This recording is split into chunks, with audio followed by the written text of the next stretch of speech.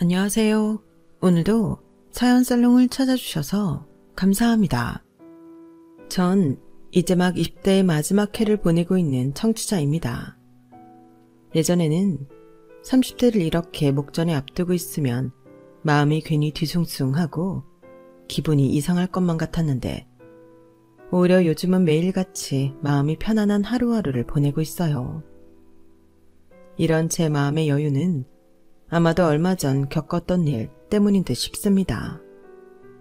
그 일은 조금 더 성숙한 모습으로 30대를 맞이하기 위해 예방주사를 맞은 것처럼 그 당시엔 제게 큰 고통을 안겨주었지만 지금 보니 오히려 절 강하게 만들어준 것 같아요. 원래 그런 일들이 있기 전까지의 저는 참 소심한 성격의 사람이었는데요. 저는 남들처럼 다양한 선택지를 받고 자유롭게 선택할 수 있는 환경을 거의 겪어보지 못했어요. 그저 눈앞에 놓은 하나하나의 문제점들에 대응하기 바빴거든요. 저는 부모님 없이 몸이 불편하신 할아버지와 단둘이 판자촌에 살았는데요. 엄마는 절 낳으시다가 돌아가셨고 도박꾼이었던 아빠는 집안꼴이 어떻게 돌아가는지 관심이 없고 그저 한 번이라도 더 노름판에 낄 돈만 찾아다니던 사람이었다고 합니다. 엄마의 부고 소식을 뒤늦게 들은 할아버지는 놀라서 달려오셨는데 텅 빈 장례식장 안에서 아빠는 술에 취해 상주 노릇도 똑바로 안 하다가 다음날 조의금으로 들어온 그 작은 돈을 가지고 사라지셨다고 해요. 태어나자마자 버려질 위기였던 저를 할아버지가 거두어 주셨고 엄마의 장례식에 든 비용도 시간이 조금 걸렸지만 할아버지가 전부 감당하셨고요. 그날 이후로 아빠는 죽었는지 살았는지 오늘날까지도 감감무소식이랍니다. 저희 할아버지가 이렇듯 고아가 될 뻔한 절 품어주셨지만 저희는 점점 더 가난해져만 갔어요. 저희 할아버지는 젊었을 적 천전용사셨는데 그때의 일로 팔 한쪽을 잃으셨기 때문에 제대로 된 일을 구하기가 상당히 어려우셨거든요. 당장 엄마의 장례 비용과 제 육아에 드는 돈을 쓰기 위해 할아버지는 갖고 계시던 집도 팔고 달동네 판자촌으로 이사를 오셨지만 제가 어느 정도 자란 이후에도 도무지 형편이 나아질 수가 없었던 것이었죠. 결국 할아버지는 폐지를 주어가며 악착같이 절 키워내셨고 저희 사정을 딱하게 본 동네 아주머니들은 지나가다가 한 번씩 쌀이나 김치, 라면들을 채워주셨어요. 온 동네가 저희 집안을 도와준 것은 저희로서는 엄청난 행운이었지만 어렸던 저에게는 약간의 부작용도 있었는데 바로 아이들에게 거지라고 낙인이 찍혔다는 겁니다. 아이들은 제가 판자촌에 산다고 판자라고 불렀고 제 뒤를 졸졸 따라다니며 놀리기도 했어요. 야 판자, 너 콜라 먹어봤어 콜라? 너 피자가 뭔 줄 알아? 피자! 얘기 녀석들 썩 물러가지 못해. 저 못된 놈들 같으니라고. 할아버지는 그런 모습을 볼 때마다 아이들을 내쫓으시고 밤에 제가 잠든 척을 하고 있으면 제 머리를 하염없이 쓰다듬으면서 미안해하셨어요. 불쌍한 우리 아가, 이 할애비가 잘해줘야 하는데 빨리 형편이 좋아져야 하는데 우리 아가 불쌍해서 어쩔꼬. 하지만 할아버지의 바램과는 다르게 저희 집 형편은 제가 자라나면서 점점 더 악화되기만 했고 결국 제가 초등학교에 들어가야 하는 8살이 되었을 때부터 할아버지는 저를 보육원에 맡기고 주말에만 보러 오게 되었습니다. 제가 가게 된 보육원은 할아버지와 함께 살던 판자촌 바로 옆 동네였고 다행히 그곳에는 절 놀리는 아이들이 많지는 않았어요.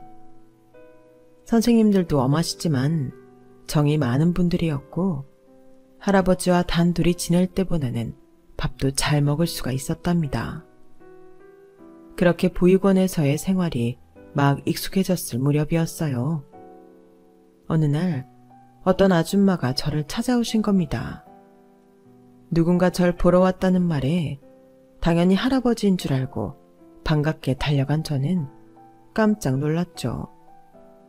그 아줌마는 사진으로만 보았던 저희 엄마랑 판박이처럼 닮아 있었거든요.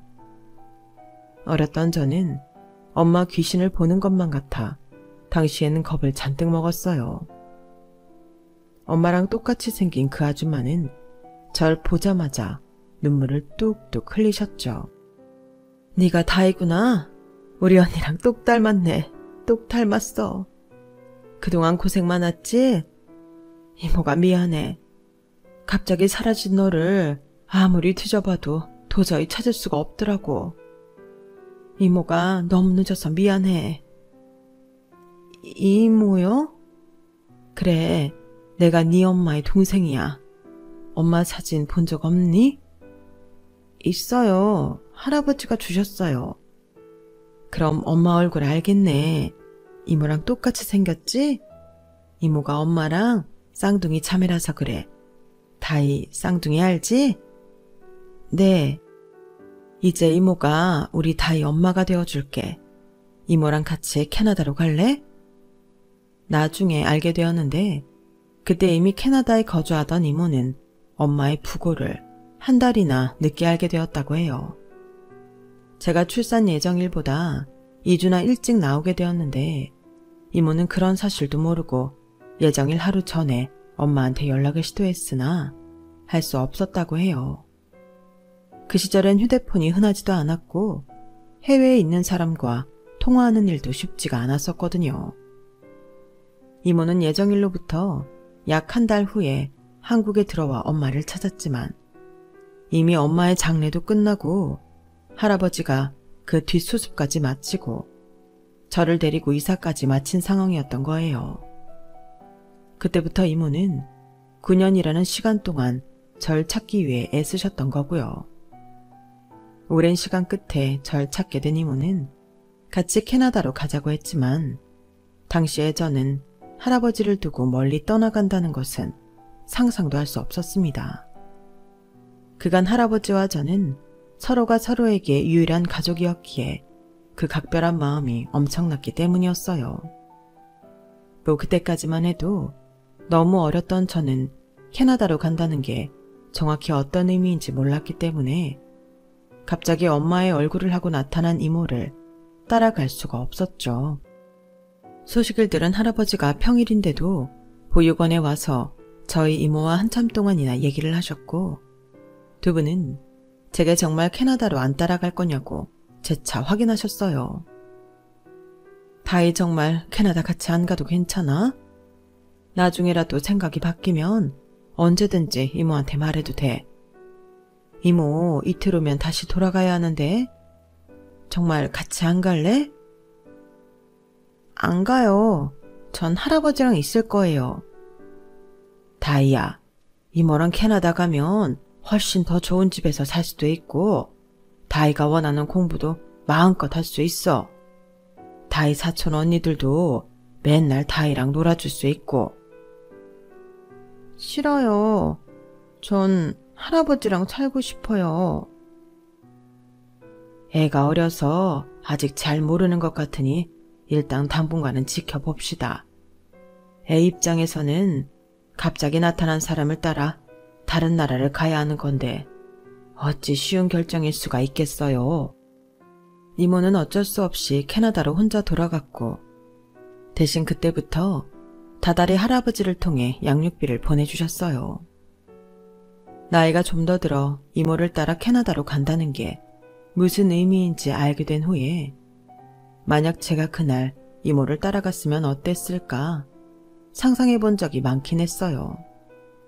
하지만 늘 상상의 끝에는 다시 할아버지를 만나러 돌아왔고 전 그래서 그날의 제 결정을 한 번도 후회한 적이 없답니다.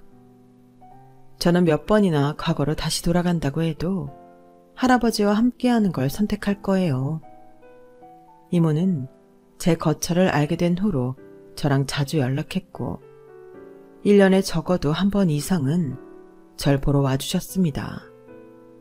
이모는 항상 호탕하고 유쾌한 사람이었고 친구들과의 관계에서 항상 의기소침한 저를 답답해 하시기도 했어요. 야, 쟤도 꼬맹이고 너도 꼬맹인데 왜 한 번을 들이받질 못해? 내가 사다 준 머리 고무줄 자꾸 쟤가 뺏어가잖아. 쟤는 학교에서 인기도 많고 하여튼 좀 그래. 이모 머리 고무줄 뺏겨서 미안. 앞으로는 잘 숨길게. 아니 이거 숨기지 말고 뺏기질 말라고. 아우 진짜. 야, 얘, 너 이리 와. 그래 너. 이모 하지 마. 새로운 환경에서도 조금씩 괴롭힘을 당하던 절. 볼 때마다 이모는 마치 드라마에 나오는 열혈 엄마처럼 나서서 절 지켜주었어요. 날 때부터 소심했던 저는 이모가 아니었으면 아마 점점 더 심한 괴롭힘을 당했을지도 모릅니다. 하지만 아이들 사이에서 쟤네 이모 되게 무서워 라는 이야기가 퍼지게 되니 차츰 절 만만하게 보는 애들이 사라졌고 저는 마음 편하게 공부에 집중할 수 있었죠. 저는 그렇게 보육원에서 초, 중, 고등학교를 전부 나왔답니다. 시간이 흘러 전 고등학교 졸업을 앞둔 나이가 되었고 진로에 대한 고민이 커졌어요. 어렸을 때는 TV에 나오는 수많은 감동적인 이야기들처럼 저도 가난한 환경을 딛고 열심히 공부해서 명문대를 가야지 하는 마음이 있었는데요. 변명같이 들릴 수 있겠으나 아무리 열심히 공부해도 같은 학교를 다니면서 과목당 30~40만 원짜리 과외를 받으며 공부하는 애들을 이길 수는 없더라고요. 중학교 때는 그래도 전교 3등까지 해봤을 정도로 공부한 만큼 성과가 나오는 듯 했지만 고등학교로 올라가니 그 격차가 현저히 벌어지게 되었죠. 내 성적으로 등록금 고민 없이 다닐 수 있는 대학을 찾기도 어려웠고 그럴 바에야 대학을 무리해서 가기보단 취직부터 하는 게 좋아 보였습니다. 더군다나 제가 18살 때부터 할아버지가 치아가 안 좋아지셔서 발치를 여러 개 하셨는데 금전적인 문제로 임플란트도 틀리도 못하고 있는 상황이었어요. 차마 그런 상황에서 무리해서 대학을 갈 필요가 있을까 싶어서 이런저런 고민을 하는데 때마침 절 보러 한국에 왔던 이모가 저에게 진로에 대해 물어보셨어요. 너 대학은 어디로 가고 싶어? 생각해봤니? 대학보다 나는 취업을 먼저 하고 싶어. 요즘 고학력 실업자가 넘쳐난다잖아. 뭐하러 돈 쓰고 시간 써가면서 대학을... 저는 돈이 없어서 고민하고 있다는 걸 들킬까봐 일부러 대학에 관심이 없다는 듯이 시니컬하게 대답했는데 이모는 그런 제 등을 아주 매섭게 내리치셨죠. 허튼 소리 하지 말어. 이 조그만 게 어디서 어른 행세를 하려 들어. 아주 까불고 있어. 아우 아파 이모. 네 이모부가 너 대학 등록금 전부 대주기로 했어. 그런 줄 알고 넌 너 하고 싶은 거나 얼른 생각해. 알았어? 어딜 대학 안 가겠다는 소리가 나와 뭣도 모르는 게. 근데 정말 하고 싶은 게 없어서 그렇다니까. 나는 제일 하고 싶은 게 빨리 돈 버는 거야, 이모. 솔직히 딱히 하고 싶은 것도 없고. 그럼 대학 좋은 데 가서 과외를 하든가 그래. 네 성적이면 인서울 안에서도 골라갈 수 있어 이거사. 이모는 한국을 떠나는 그 순간까지 저에게 대학 안 가기만 해보라며 무섭게 얘기하고 가셨어요. 이모와 헤어진 이후로 전 몇 주 동안 정말 많은 고민을 하다가 이모한테 스튜어디스가 되고 싶다고 대답을 했습니다. 아무리 생각해도 제 성적으로 대학을 간다는 건 너무 애매했거든요. 그리고 고민을 깊게 하다 보니 아주 어렸을 때 스튜어디스가 되고 싶다는 생각을 잠깐 했었던 게 기억이 났는데 고등학교 졸업 후 바로 준비할 수도 있고 당시 분위기로는 장례도 나쁘지 않아 보였거든요. 처음엔 탐탁치 않아 하시던 이모는 제 진지한 설득 끝에 마지못해 승낙을 해주었고 1년 동안의 학원비를 대주셨습니다. 전 1년 만에 스튜어디스 시험에 최종 합격하게 되었고요. 이른 나이에 스튜디오스가 되어서인지 처음엔 적응하는 게 참 쉽지 않더군요. 사회생활 자체가 처음인데 스튜디오스 생활은 아무래도 군기가 센 조직 생활이다 보니까 저에겐 어려운 게 많았거든요. 고졸이라고 무시를 당한 적도 많았습니다. 하지만 오히려 동생 같다며 챙겨주는 언니들도 있었고 1년 동안 눈물을 삼키며 악으로 깡으로 버텨내고 나니 적응이 돼서 직장 생활이 편해지기도 했어요. 무엇보다도 또래들보다 돈을 빠르게 벌 수 있어서 저로선 너무나 다행인 일이었죠. 할아버지, 느낌이 어때? 이제 좀 먹을만해? 아주 속이 다 시원하다. 이렇게 편하게 고기를 먹어본 게 얼마만인지. 내가 우리 이쁜 손녀 덕에 이 나이에 이렇게 호사도 누려보고. 이게 뭔 호사야. 이제부터 시작인데. 앞으로 좋은 것만 먹고 다니게 될 거야. 저는 첫 월급을 타자마자 할아버지 치과 치료부터 해드렸고 그 이후로도 악착같이 돈을 모아 할아버지와 함께 살 전셋집을 구했어요. 다른 동료들이 면세점에서 화장품을 쓸어 담을 때에도 한 푼이라도 더 모아 근처에 큰 병원이 있는 집을 구할 수가 있었죠. 안 그래도 할아버지를 두고 매번 비행을 다니는 게 마음이 좋지 않았는데 이사하고 나니까 마음이 한결 편해지더군요. 그리고 스튜어디스가 되어서 좋았던 이유 중 하나는 스케줄만 잘 맞으면 이모를 보러 캐나다에 자주 갈 수 있었다는 거예요. 아마 다른 일을 했었으면 그렇게 자주 이모를 만나러 갈 수는 없었을 겁니다. 그렇게 제가 직장 생활에 만족하며 지내던 어느 날 저는 제 커리어가 통째로 흔들리는 일을 겪게 되었어요. 저뿐만이 아니라 전국에 있는, 아니 전 세계에 있는 승무원들이 한순간에 일자리를 잃을 판이었죠. 그나마 제가 평소 재테크를 열심히 해놓았기에 남들보다는 조금 수월하게 버티긴 했지만 저는 할아버지도 계시니 빨리 새로운 일을 구해야 했어요. 시국이 시국인지라 이모 역시 상황이 어려워 저희를 도와줄 수 있는 상황이 아니었죠. 할아버지는 괜찮으셔? 우리는 괜찮아. 이모네도 별일 없지? 그럼, 너 갑자기 출근도 못하고 어떡하니? 우리도 지금 도와줄 수가 없어서 미안하다.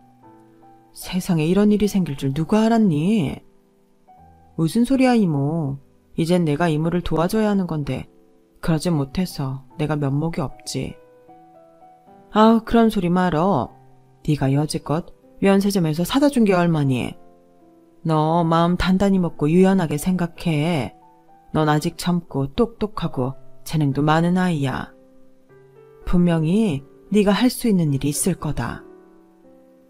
저는 눈앞이 막막하던 때 이모의 위로와 격려를 받고 기운을 차릴 수가 있었어요. 그리고 얼마 뒤 운 좋게도 통번역 일을 구할 수가 있었죠. 스튜어디스로 일을 하며 영어, 중국어, 일본어 이외에도 독일어를 틈틈이 공부해 왔었거든요. 처음엔 그저 임시적으로 근무 시간도 적고 일도 많지 않았지만 독일어가 다른 언어보다 희소성이 있는 편이라 시간 대비 높은 금액을 받을 수는 있었답니다. 그리고 저는 그곳에서 예비 남편을 만나게 되었어요. 예비 남편은 제가 통번역 일을 하던 제약회사 연구원이었는데 사실 같은 회사였어도 전혀 하는 일이 달랐던 저희는 만날 일이 없었어요. 그런데 우연히 회사 근처에서 절 보게 된 예비 남편은 그 자리에서 제 번호를 물어보았고 첫인상이 괜찮아 번호를 주고받고 연락을 하다 보니 같은 회사 사람이더라고요. 생각지 못한 우연이 너무 신기했는데 조금 더 얘기를 나누다 보니 사는 동네까지 바로 옆 동네였더군요. 그래서 저희는 참 신기한 인연이라는 생각이 들었죠. 그렇게 신기함에 한번 만나고 또 집이 근처라 한번 만나고 만남이 잦아지면서 저희는 가까워지게 되었고 금세 연인 사이로 발전하게 되었답니다. 힘들었던 시기에 만난 사람이라 전 저도 모르게 그 사람에게 많은 의지를 하게 되었고 그 사람 역시 마찬가지였어요. 저희는 만난 지 10개월 만에 결혼 준비를 시작하게 되었죠. 몇 년간 얼어붙어 있던 사회도 다시 풀어지고 활기를 띠게 되면서 사람들이 다시 결혼식을 자유롭게 할 수 있게 되기도 했고 우리도 서로 결혼 정년기이기도 하니 고민할 게 뭐가 있겠나 싶은 마음이었던 것 같아요. 먼저 예비 남편이 저희 할아버지께 인사를 드리러 왔는데 사람이 얼마나 예의가 바르고 깍듯했는지 모릅니다. 저희 할아버지는 참 괜찮은 남자를 만났다며 한동안 입이 마르도록 칭찬을 하셨어요. 저도 할아버지를 처음 본 자리에서부터 스스럼 없이 잘 대화하는 그 남자를 보며 한 번 더 반하게 되었고요. 당신 안 떨렸어? 어쩜 처음 보는 어른한테 이렇게 말을 잘해? 에이, 내가 일하다 보면 얼마나 많은 사람을 만나는데. 농담이고 할아버님이 너무 인자하고 좋으셔서 그런 거지. 내가 뭘 잘한 게 아니야. 할아버님이 당신 얼마나 아끼시는지 너무 훤하게 보여서 뭉클하더라. 나 당신한테 잘하지 않으면 아주 크게 혼나겠어. 우리 할아버지 그렇게 엄한 분 아니야. 당신한테만 그렇겠지. 하긴 뭘 모른다니까. 할아버지를 만났을 때 너무 분위기가 좋아서 저는 우리 결혼이 시작부터 아주 순조롭다고 생각했어요. 하지만 바로 며칠 뒤 입장이 바뀌어 제가 시댁에 인사를 드리러 가니 굉장히 떨리더군요. 그전에도 연애를 한 번도 안 해본 것은 아니었지만 상대의 부모님을 뵙는 건 처음이었거든요. 작지만 예쁜 과일 바구니를 들고 떨리는 마음으로 시댁에 갔을 때 처음 마주하게 된 것은 예비 시어머니와 예비 시누이의 깐깐한 눈빛이었습니다. 두 사람은 제가 인사하며 건넨 과일 바구니는 보는 둥 마는 둥 하며 저를 위아래로 꼼꼼히 훑어보더군요. 당시에는 저도 너무 긴장해서 그게 상당히 무례하다는 생각은 못했어요. 하지만 집 안으로 들어가니 그 두 사람은 제가 밥도 못 넘길 정도로 질문 세례를 퍼붓기 시작했습니다. 나이가 우리 아들이랑 별로 차이가 안 난다면서? 근데 왜 아직 임시직이니? 아, 원래는 스튜어디스로 오래 일을 했는데요. 시국이 시국인지라 비행기가 뜨질 않아서 급하게 여기로 직장을 구하게 되었어요. 스튜어디스? 그럼 남자 엄청 많이 만났겠네. 아니에요. 비행 일정이 좀 타이트했어서. 됐어. 우리 앞에서는 내숭 떨지 않아도 돼. 엄마랑 내가 명품관에서 일하면서 이 남자 저 남자 만나고 다니는 스튜어디스 한두 명 본 게 아니야.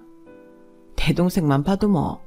하우대만 멀쩡하지 무슨 매력이 있어. 너도 얘 그냥 돈만 보고 만난 거 아니야? 네? 아니요. 아니에요. 그건 아니에요. 얘는 우리 아들이 어때서? 남자는 키가 다야. 얘가 훤칠하니 얼마나 잘났어? 참, 그래. 부모님은 뭐 하시니? 부모님은 제가 태어날 때 돌아가셨고요. 저는 할아버지랑 둘이 살고 있어요. 할아버지는 뭐 하시는데? 그럼 할아버지가 혼자서 너 키우신 거야? 아, 네. 할아버지가 저 키우시느라 고생 많이 하셨어요. 어렸을 때는 폐주도 주우시고 환경미화도 하시고 지금은 건물 주차 관리인으로 일하세요. 뭘 주워? 폐지? 아, 폐지를 줍는다고? 그런 사람이 실제로 있어? 너 괜히 솟았을 거 없어. 걔랑 결혼한다고 우리가 뭐 잡아먹니? 전 이때까지 고생하면서 절 키워주신 할아버지가 생각나서 말하면서도 울컥했는데 그런 제 얘기를 듣고 신기하게 쳐다보며 깔깔 우는 예비 시어머니와 예비 시누이를 보고 할 말을 잃었어요. 그리고 얼굴이 벌겋게 달아오르게 되었죠. 저에겐 아픈 과거가 이 두 사람한테는 지어낸 소설 같은 이야기라는 게 너무 당황스러워서 뭐라고 대꾸해야 할지도 모르겠더라고요. 그러자 예비 남편이 인상을 찡그리면서 두 사람한테 핀잔을 주었습니다. 둘 다 그만 좀 해. 사람 불러다 놓고 개념 없이 뭐 하는 거야? 밥 대충 다 먹었으면 자리 치워. 예비 남편은 자리에서 일어나 식탁을 치워버렸고 저를 데리고 그 집에서 나와버렸어요. 그리고 제 손을 잡고 미안하다고 연신 사과를 했죠. 우리 엄마랑 누나가 좀 심하게 굴었지? 미안해. 두 사람이 좀 내 입으로 말하긴 그렇지만 경우가 좀 없어. 옛날부터 대체 왜 저러는지 모르겠어. 아버지가 계실 때는 그래도 아버지 눈치 보느라 좀 얌전하긴 했는데 이제 제지할 사람이 없다고 저렇게 제멋대로 구네. 내가 미리 입단속 단단히 시켰어야 했는데 미안해. 당신 화 많이 났어? 미안한데 오늘은 그만 집에 가고 싶어. 나중에 얘기하자. 저는 진심으로 미안해하는 예비 남편을 뒤로하고 집으로 돌아왔어요. 만약 예비 남편이 그 상황에서 시어머니랑 시누이와 같은 행동을 하거나 두 사람에게 핀잔을 주지 않고 묵인하기만 했어도 그 자리에서 헤어지자고 했을 텐데 저한테 정말 미안해하며 사과를 하니 미워할 수도 없고 마음만 괴롭더군요. 지금 생각해보니 제가 예비 남편을 정말 많이 좋아해서 그렇게 마음이 괴로웠던 것 같네요. 하지만 저도 당시 나이를 먹을 만큼 먹은 상태였고 그래서 제 힘든 감정보다는 이성적으로 생각해야 한다는 걸 잘 알았어요. 왜 결혼은 연애와는 달리 현실 그 자체라서 집안을 따져봐야 한다고 하잖아요. 그런데 아무리 예비 남편이 좋아도 시댁 집안 사람들이 그렇게 경우가 없다면 예비 남편과의 결혼을 취소하는 게 맞는 것이라고 생각했죠. 한참을 그런 생각에 괴로워하며 울고 있는데 그 순간 이모한테 전화가 온 겁니다. 핸드폰 화면이 번쩍거리면서 이모의 번호가 뜨자 정신이 번쩍 났죠. 원래 이모가 그날 저녁에 한국에 들어오신다고 했었거든요. 급하게 목소리를 가다듬고 전화를 받았는데 이모는 단박에 제 목소리가 좋지 않다는 걸 알아차리셨죠. 너 목소리가 그게 뭐야? 울었니? 울었냐고 묻는 그 한마디가 얼마나 강력한지 아마 경험해보신 분들은 아실 거예요. 이모의 그 한마디에 저는 참았던 눈물을 쏟아내며 엉엉 울었고 이모는 곧바로 저희 집으로 오셨어요. 마침 할아버지가 야간 근무 중이라 이모의 그날 있었던 일을 모두 털어놓을 수가 있었죠. 이모는 자초지종을 듣더니 엄청나게 화를 내셨어요. 어디 그런 대먹지 않은 년들을 봤나? 뚫린 입이라고 아주 입으로 똥을 싸고 앉아있네. 그래서 네 남친 걔는 그 뒤로 연락 없어? 미안하다고 문자했어. 그 사람은 자기 엄마랑 누나가 잘못했다고 미안하다고 하는데 난 어떻게 해야 할지 모르겠어 이모. 임다희, 정신 똑바로 차리고 말해. 너 그 남자랑 헤어질 거야 말 거야? 헤어질 수 있겠어 없겠어? 못 헤어지겠어. 그럼 결혼을 하겠다고? 너 할아버지 데리고 그딴 인간들이랑 상견례는 어떻게 할래? 상견례는 언제야? 다음 주 토요일. 그럼 초장에 아주 싹을 밟고 들어가야 돼. 알겠어? 이거 이놈의 기집애 그동안 사회생활을 아주 허투루 했구나. 이모가 아주 온 김에 진상 퇴치하는 방법을 아주 제대로 보여줄 테니까 잘 봐둬. 앞으로도 너나 할아버지 깔보는 인간들 있으면 복수는 이렇게 하는 거야. 그러더니 이모는 다음날 저를 데리고 예비 시어머니와 예비 시누이가 함께 일한다는 백화점 명품관으로 향했습니다. 1층에 도착하자마자 이름만 들어도 눈이 번쩍 뜨이는 브랜드 매장으로 거침없이 들어가서 이것저것 쇼핑을 하기 시작했어요. 이모가 경제적으로 여유가 있는 줄은 알았지만 그렇게까지 많은 명품을 한 번에 구매할 수 있다는 건 그날 저도 새삼스럽게 깨달았네요. 이모는 그중 몇 개는 그 자리에서 갈아입고 나오길 반복해서 머리끝부터 발끝까지 명품으로 치장을 했습니다. 그 모습이 귀부인이 고풍스러운 명품 옷을 입은 느낌이 아닌 전쟁에 나가는 군사가 갑옷을 입은 느낌이었어요. 저는 이모가 뭘 하려는지 왠지 알 것 같아서 가는 길에 몇 번이나 주저했지만 이모의 기세에 휩쓸려 결국 매장 코앞까지 가게 되었죠. 가게 안에 예비 시어머니랑 예비 시누이가 함께 있는 게 보일 정도로 말이에요. 저 셋 중 누구야? 저쪽 머리 쇼컷인 사람 빼고 2사람이야. 안쪽에 있는 사람이 그 사람 엄마고 저기 거울 앞에 있는 사람이 그 사람 누나. 오케이. 넌 이제 여기서 구경이나 하고 있어. 이모는 저에게 호언장담을 하더니 문을 대차게 열고 들어가 적극적으로 쇼핑을 하기 시작했어요. 쇼핑백을 가득 들고 명품으로 화려하게 치장한 이모가 이것저것을 달라고 하며 신나게 물건을 보자 예비 시어머니와 예비 시누이는 신이 나서 이모에게 판매를 하는 게 보였죠. 이것도 잘 어울리세요. 저것도 잘 어울리세요.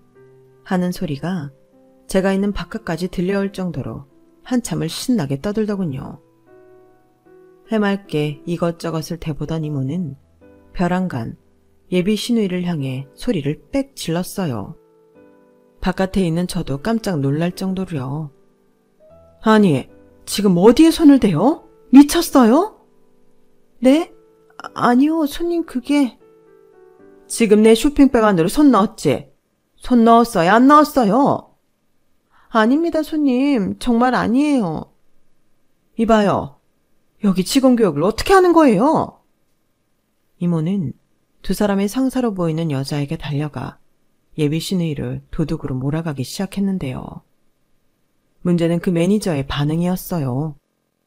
마치 전에도 그런 일이 있었다는 듯이 예비 시누이를 죽일 듯이 노려보고는 이모한테 죄송하다고 사정사정을 하는 겁니다. 이모는 그때까지 개선하려고 했던 것들을 전부 취소한다며 소리를 지르고 당장 경찰에 신고하겠다며 쇼핑백을 전부 챙겨 들고 나왔어요. 매니저가 손님 하며 이모를 뒤따라가려고 했지만 이모는 숨어있던 저도 지나친 채 후다닥 그들을 피해서 가더군요. 당황한 저는 매니저가 도깨비 같은 얼굴을 하고 매장 안으로 들어가는 걸 확인하자마자 이모가 간 쪽으로 후다닥 따라갔습니다.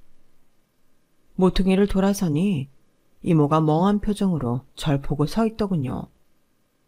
뭐야? 이모 뭐 한 거야? 아니, 나는 대충 아무거나 꼬투리 잡아서 적당히 걸려주려고만 하고 있었는데 뭐야? 네 시누이 될 사람 원래도 도벽이 있니? 그걸 내가 어떻게 알아? 진짜 훔치려고 했어? 이모, 그래서 경찰에 진짜 신고하게? 나도 갑자기 네 시누이가 내 물건에 손댈 줄은 몰랐는데. 이모는 황당하다는 얼굴로 잠시 골똘히 생각하다가 상견례 자리에 같이 가자고 했습니다. 할아버지랑 자기랑 셋이 같이 가자고요.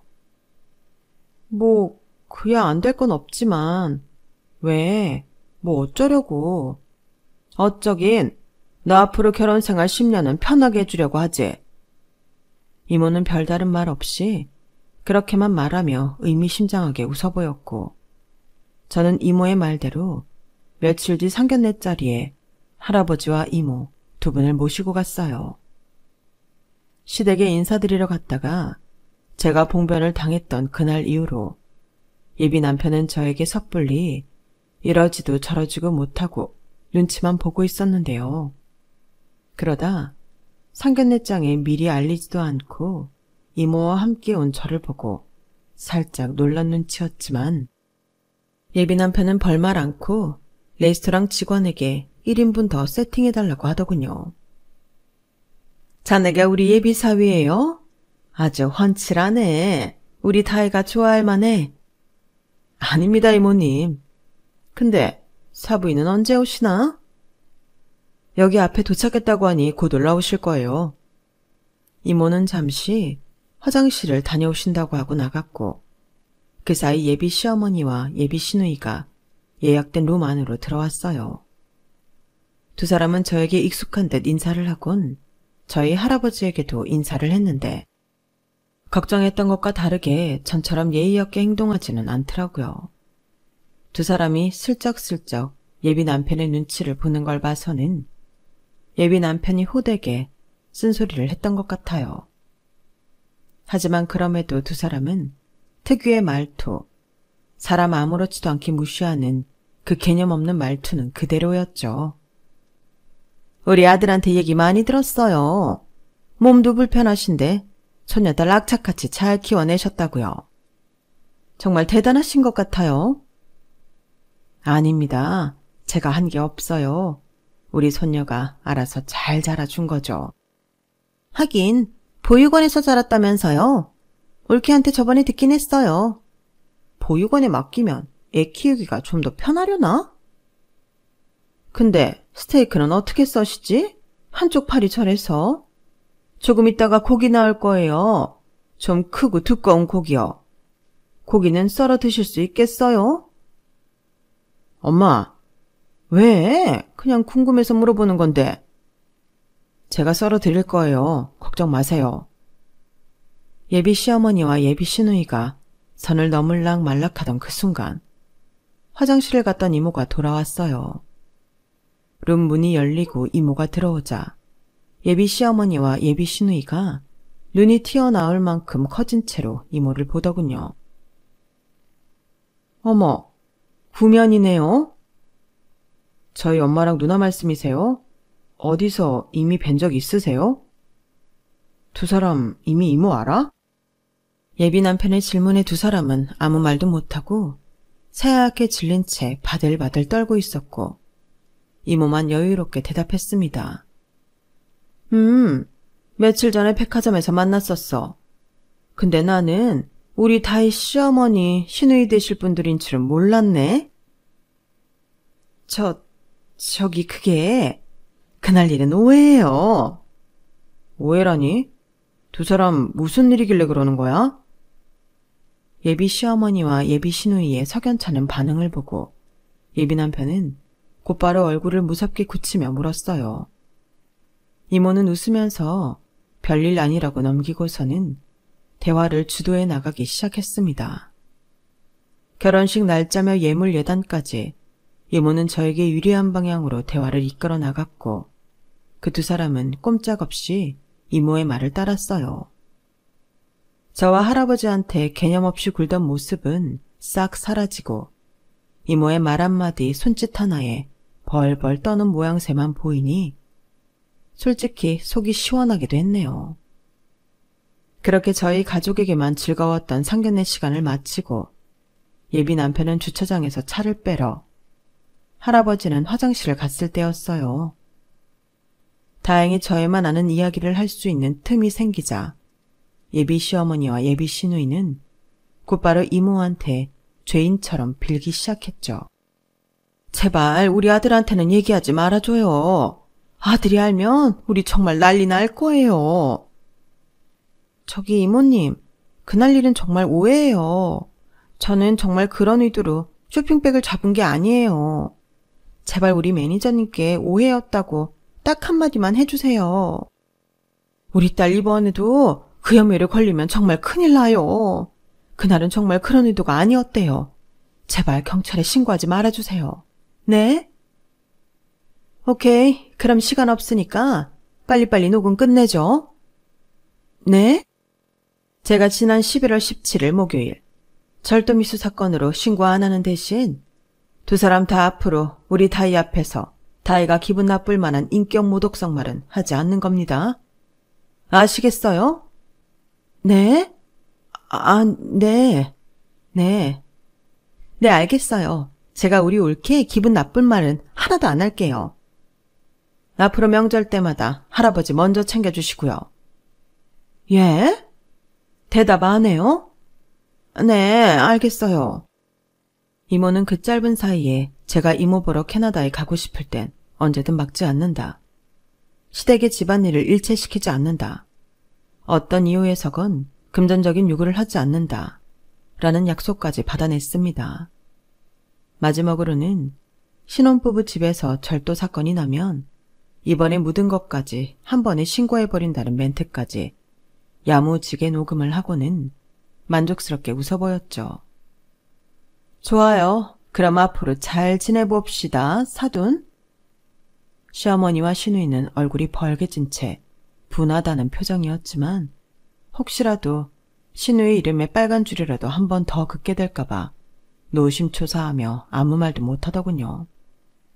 이모는 캐나다로 돌아가기 직전까지 명품관에 다시 가는 걸 미루고 미루다가 결국 매니저에게 일단 신고는 하지 않겠다고 얘기를 해주었고 시누이는 덕분에 해고 직전까지 갔다가 구사일생으로 살아나게 되었어요. 나중에서야 자초지종을 들은 남편은 입을 떡 벌리며 진짜 무서워해야 할 사람은 이모님이셨네 라고 할 뿐 저희가 시어머니와 시누이에게 한 일은 그다지 기분 나빠하지 않더라고요. 오히려 그렇게라도 두 사람의 말버릇을 고칠 수만 있다면 자기에게 좋은 일이라며 내심 좋아하는 것도 같았어요. 저희는 그 이후부터는 순조롭게 결혼 준비를 해나갔고 계획했던 그대로의 아름다운 결혼식을 올렸답니다.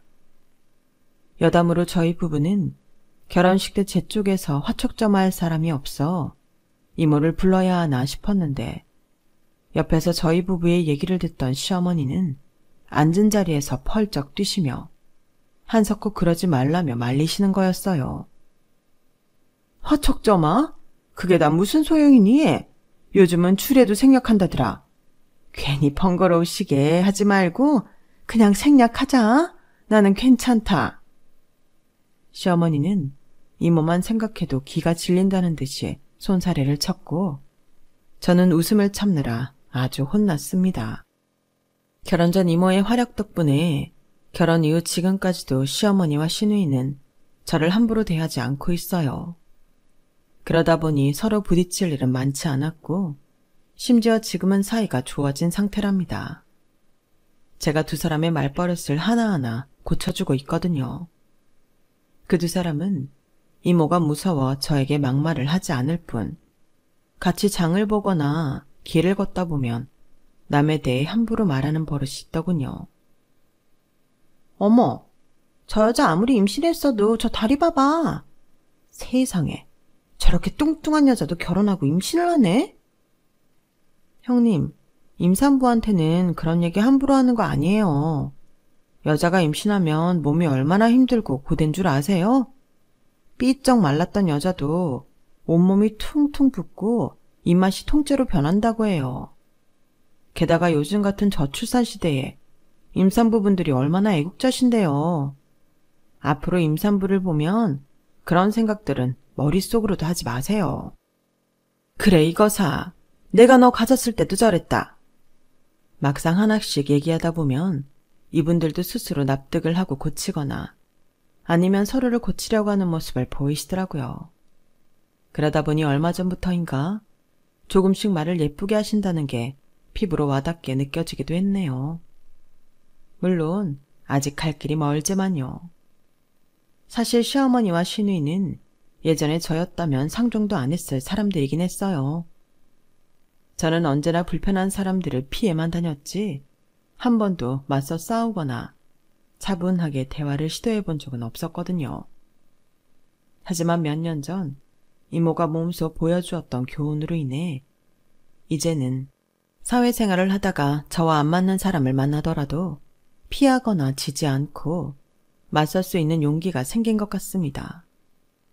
아주 조금씩이지만 그래도 차츰 나아지고 있는 시어머니와 시누이 역시 그런 용기를 더해주고 있고요. 지금까지 제 이야기를 들어주신 분들 정말 감사드려요.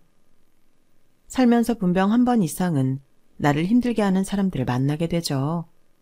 그때는 예전에 저처럼 무조건 피하거나 당하고만 계시지 말고 당당하게 맞서서 이기시길 바래요. 저도 그런 여러분들의 앞날을 응원하겠습니다. 행복하세요. 여러분, 사연 댓글에 응원과 현명한 조언 부탁드려요. 좋아요와 구독은 저에게 큰 힘이 됩니다. 오늘도 좋은 일 가득하세요.